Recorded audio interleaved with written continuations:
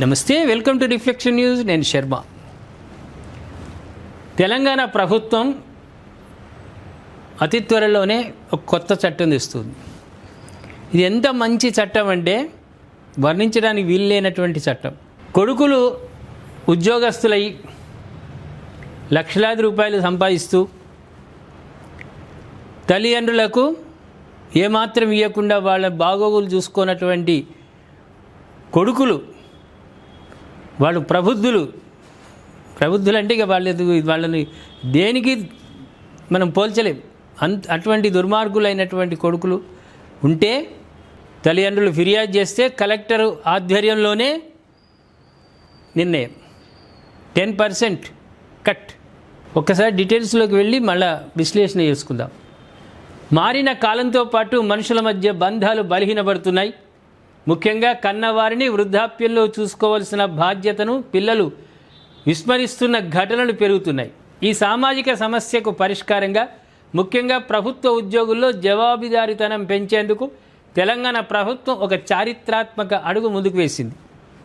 వృద్ధాప్యంలో ఉన్న తల్లిదండ్రులు నిర్లక్ష్యం చేసే ప్రభుత్వ ఉద్యోగులకు గట్టి గుణపాఠం చెప్పేందుకు TEAMPS 2026 Telangana employees accountability for maintenance of parents and senior citizens పేరుతో ఒక కొత్త చట్టాన్ని తీసుకురాబోతోంది. ఈ చట్ట ప్రకారం తమను పిల్లలు పట్టించుకోవడం లేదని వృద్ధ తల్లిదండ్రులు ఫిర్యాదు చేస్తే ప్రభుత్వం నేరుగా రంగంలోకి దిగుతుంది. విచారణ జరిపి ఆరోపణలు నిజమని తేలితే సదరు ఉద్యోగి జీతం నుంచి 15% గరిష్టంగా, ఇంకా నేను తక్కువ చెప్పిన 10% అన్నా, 15% అట, గరిష్టంగా 10,000 కోత విధిస్తారు. ఈ మొత్తాన్ని నేరుగా వారి తల్లిదండ్రుల బ్యాంకు ఖాతాలో జమ చేస్తారు. ఒకవేళ ఇంట్లో ఒకరికంటే ఎక్కువ మంది పిల్లలు ప్రభుత్వ ఉద్యోగులుగా ఉంటే ఆ కోత మొత్తాన్ని అందరి జీతాల నుంచి సమానంగా వసూలు చేస్తారు. ఈ నిబంధనలు ప్రభుత్వ శాఖలతో పాటు కార్పొరేషన్లు, బోర్డులు, ప్రభుత్వ రంగ సంస్థలు, ఎయిడెడ్ విద్యా సంస్థల్లో పనిచేసే వారందరికీ వర్తిస్తాయి. ఆఫ్లైన్లో, ఆన్లైన్ లేదా ఆఫ్లైన్లో జిల్లా కలెక్టర్లలో ఫిర్యాదు చేయవచ్చు. కలెక్టరేట్లలో కేవలం 45 రోజుల్లో సమస్య పరిష్కరించేలా గడువు విధించడం ఈ చట్టంలోని మరో ముఖ్యాంశం. పెండింగ్లో పెట్టకుండా నెలల కొద్దీ. ఒకవేళ కలెక్టర్ తీర్పుతో సంతృప్తి చెందకపోతే రిటైర్డ్ జడ్జి నేతృత్వంలోని ప్రత్యేక కమిషన్ను ఆశ్రయించే వెసులుబాటు కూడా కల్పించారు. వృద్ధాశ్రమాలు ఎందుకు పెరుగుతున్నాయి? వాళ్ళ అనాథల తల్లిదండ్రులు, వాళ్ళకి పిల్లలు లేరా? సంతానం లేనటువంటి వాళ్ళే వృద్ధాశ్రమంలో ఉంటున్నారా? మనిషిగా పుట్టినందుకు ఒక్కసారి గుండె మీద చేసుకొని చెప్పాలి మనం. వృద్ధాశ్రమాలు నశించాలి. ఎక్కడ కూడా వృద్ధాశ్రమాలు ఉండొద్దు. ఇది నినాదం. లక్షల కొద్దీ జీతాలు సంపాదిస్తావు, పైసా నువ్వు తల్లిదండ్రులు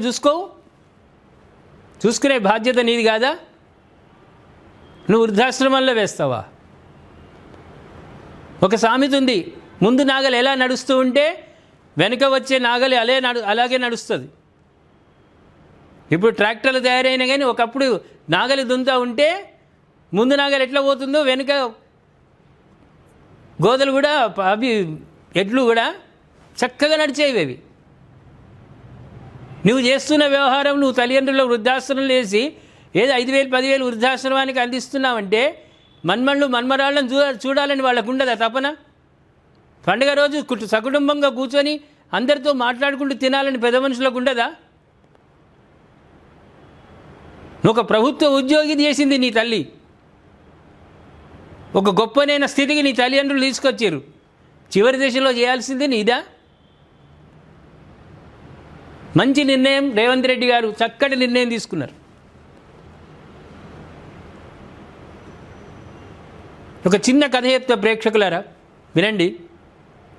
ఒక తండ్రిని ఒక కొడుకు భరించలేక సైకిల్ మీద ఎక్కించుకొని పోతున్నాడు. మన్మడు కూడా వస్తానడు తాతతో, నేను కూడా వస్తా అంటే తండ్రి వద్దన్నాడు. అయినా కొడుకుని ఎక్కించుకున్నాడు. వాడు బలవంతానికైనా కొడుకు, తాత, వీడి తండ్రి ముగ్గురు పోయి గుంత తీస్తున్నాడు తండ్రిని పెట్టాలని. అక్కడ ఓ పక్కకు కొడుకు కూడా గుంత తీస్తున్నాడు. ఎందుకురా నువ్వెందుకు గుంత తీస్తున్నావు అంటే నువ్వెందుకు తీస్తున్నావు అంటే నేను మా తండ్రిని పెట్టాలి, వీడు మనసులో అనుకున్నాడు, నేను అనుకుంటే వీడు నాకు కూడా పెడతాడు. నీవు తల్లిదండ్రులకు నువ్వు సేవ చేస్తే నీకు నీ కొడుకు సేవ చేస్తాడు.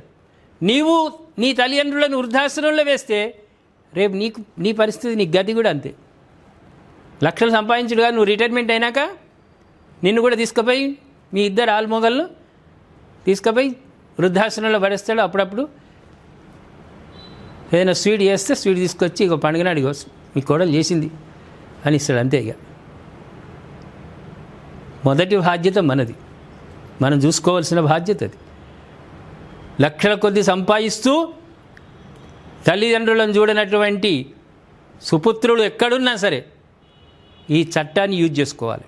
తల్లిదండ్రులు కూడా చెప్తున్నారు, మీకు కనికరం అవసరం లేదు, మీరు ఫిర్యాదు చేయండి, కలెక్టరేట్లో ఫిర్యాదు చేయండి, 45 రోజుల్లో పరిష్కారం అవుతుంది. నీ కొడుకు జీతంలో నుంచి 15% పట్టుకొని నీకు ఇస్తారు.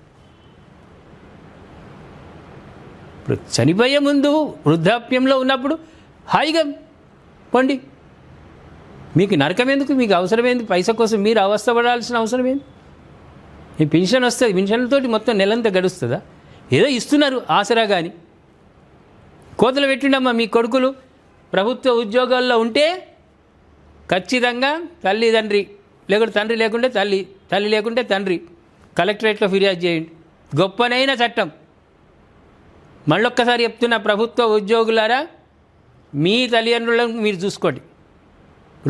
వృద్ధాశ్రమాల్లో పంపించుడు కాదు.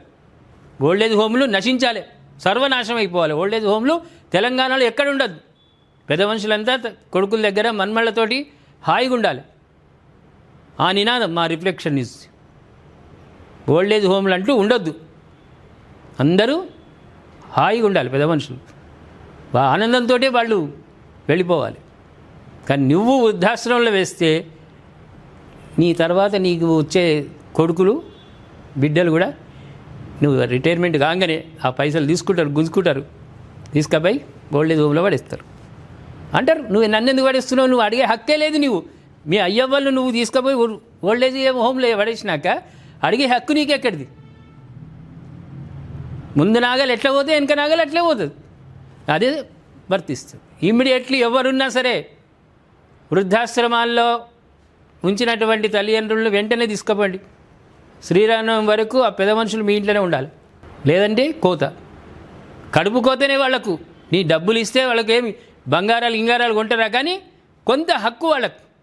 నేను ఒక ప్రభుత్వ ఉద్యోగ వాళ్ళ తల్లిదండ్రులు చేసినందుకు ఆ 15% కోత అయినా వాళ్ళకి హక్కు. అది సాబ్ రేవంత్ రెడ్డి గారు గొప్పనైనటువంటి నిర్ణయం తీసుకున్నాం. ఆర్టికల్ 309 ప్రకారం ఉద్యోగుల ప్రవర్తన నియమాల్లో మార్పు చేసే అధికారం ప్రభుత్వంతో ఈ నిర్ణయం తీసుకుంది.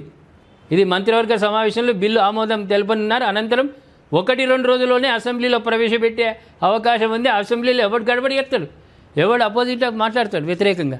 గొప్ప చట్టం ఇది. దీంట్లో ఎవ్వరు వెనక ముందు మాట్లాడరు, అందరూ సమర్థిస్తారు. ఇది తప్పకుండా మంచి నిర్ణయం. అస్సాంలో ఇది ప్రవేశపెట్టిరట ఇంతకుముందు, ప్రణామం అని. మన దగ్గర కూడా ఈ చట్టం తీసుకొస్తున్నారు. దీనికి కూడా మంచి పేరు పెడతారు. ఏ పేరు పెట్టినా సరే దానికి ఏముంది, చట్టం మంచిది కాబట్టి ప్రతి తల్లిదండ్రి ప్రభుత్వ ఉద్యోగాల్లో లక్షలు సంపాదిస్తున్న ఉద్యోగులందరూ వెంటనే పోయి మీ తల్లిదండ్రులను తీసుకురండి. ఆ 15% వాళ్ళు ఏం అడుగుతలేరు, చూసుకోండి, బాగోగులు చూసుకోండి. ఆ పని చేయాలని మా రిఫ్లెక్షన్ ప్రేక్షకుల తరఫున ప్రతి ప్రభుత్వ ఉద్యోగి, అందరంటలేను నేను, అక్కడక్కడ ఉన్నారు లక్షల లగ్జరీలు అనుభవిస్తూ తల్లిదండ్రులు తీసుకుపోయి వృద్ధాశ్రమాల్లో పెట్టేటువంటి వాళ్ళు తోలుకొచ్చుకోండి. మీ తల్లిదండ్రులను వాళ్ళు వెళ్ళిపోయేదాకా 150 ఏళ్ళు 250 ఏళ్ళు ఎవరేం బతకరు. ఉన్నన్ని రోజులైనా వాళ్ళని మంచిగా చూసుకునే ప్రయత్నం చేయాలని కోరుతూ, ప్రేక్షకులారా మంచి కార్యక్రమం ఇది రేవంత్ రెడ్డి గారు ప్రవేశపెట్టారు. దీని గురించి మీరు స్పందించండి. కామెంట్ రూపంలో నలుగురికి ఒక మెసేజ్ ఇవ్వండి. లక్షలు సంపాదిస్తున్న ప్రభుత్వ ఉద్యోగులు తల్లిదండ్రులను ఓల్డేజ్ హోమ్లో ఉంచుతున్నటువంటి వాళ్లకు గుణపాఠం వచ్చేటట్టు మెసేజ్లు పెట్టండి. సబ్స్క్రైబ్ చేసుకోండి, షేర్ చేయండి. ఈ నెల 29వ తేదీ ఆదివారం మన రిఫ్లెక్షన్ ఛానల్ ద్వారా మనం నిర్వహిస్తున్న 4వ కాంక్లేవ్. అలాగే వరుసగా 3వ సనాతన కాంక్లేవ్ను మనం జరుపుకోబోతున్నాం. గత 2 సంవత్సరాలుగా మనం నిర్వహించిన కాంక్లేవ్స్ ఏ స్థాయిలో జరిగాయో మీ అందరికీ తెలుసు. అద్భుతమైన వక్తలు, వివిధ అంశాల మీద లోతైన చర్చలు, వీటన్నిటిని మించి సనాతన అవార్డ్స్ పేరుతో క్షేత్ర స్థాయిలో నిశ్శబ్దంగా ధర్మం కోసం పనిచేస్తున్న వీరులను మనం గౌరవించుకున్నాం. ఇంకా వైభవంగా ఈ కార్యక్రమాన్ని మనం నిర్వహించుకోబోతున్నాం. మనం చేస్తున్న ఈ భారీ కార్యక్రమాలకు ఖచ్చితంగా ఆర్థిక వనరుల అవసరం ఉంటుంది. గత 3 కాంక్లేవ్స్ కూడా ఎన్నో కష్ట నష్టాల కోర్చి మనం చేసుకున్నాం. ఒక జాతీయవాద ఛానల్కు యాడ్స్ ఇవ్వడానికి కూడా ఈరోజు కార్పొరేట్ సంస్థల దగ్గర నుంచి చిన్న వారి దాకా అందరూ వెనకాడుతున్నారు. ఈసారి సనాతన కాంక్లేవ్ విజయవంతం కావడానికి మీ సహకారం కోరుతున్నారు. ఇది కేవలం ఒక ప్రోగ్రామ్స్ కోసం ఇచ్చే డబ్బు కాదు, ఇది ధర్మ యుద్ధానికి మీరిచ్చే మద్దతుగా మేము చూస్తాం. ఈ కార్యక్రమానికి వచ్చే ప్రతి ఒక్కరు కూడా కింద కనిపిస్తున్నటువంటి www.reflectionbharat.com వెబ్సైట్లోకి వెళ్ళి తప్పకుండా రిజిస్టర్ చేసుకోండి.